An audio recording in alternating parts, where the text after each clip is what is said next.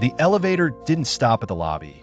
It opened into a floor that had been erased from the blueprints in 1924. Elias stepped out into a hallway draped in thick, velvet shadows. The air smelled of ozone and expensive cigars, but the wallpaper was pulsing like a living lung. A bellhop stood by a gold-trimmed door, his face a smooth expanse of pale skin with no eyes or mouth. He held a silver key that hummed with a low-frequency vibration. "The master is ready for your measurements," a voice whispered directly into Elias's inner ear.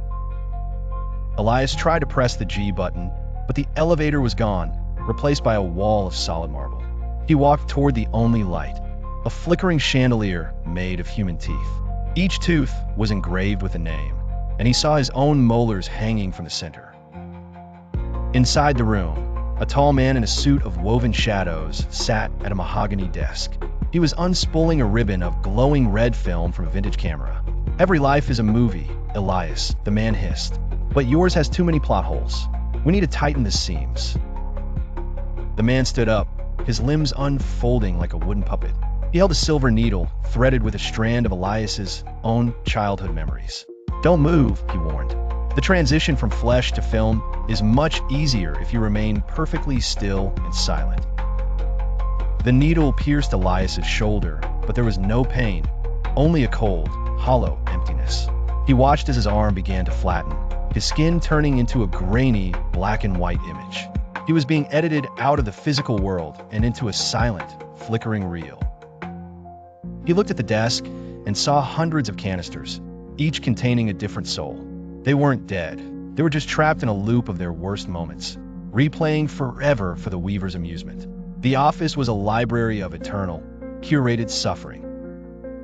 "Why me?" Elias wheezed, his voice sounding like static on an old radio. The Weaver leaned in, his face a shifting blur of every person Elias had ever hurt. "Because you looked into the mirror and wished you were someone else. I'm simply granting that wish." The room began to spin, the walls dissolving into a spiral of celluloid strips. Elias felt his consciousness stretching, his heart becoming a rhythmic clicking sound. He was no longer a man. He was a sequence of frames, a ghost caught in a mechanical heartbeat. The Weaver held the film up to the light, nodding in satisfaction. He snipped a section of Elias's wedding day and replaced it with a scene of a dark, empty forest. "Much better," the monster gurgled. "A bit of mystery adds value to the collection." Suddenly, Elias was back in the elevator. The doors were open to the lobby, and the sun was shining. He stepped out, but the world felt thin, like a painted backdrop. He reached out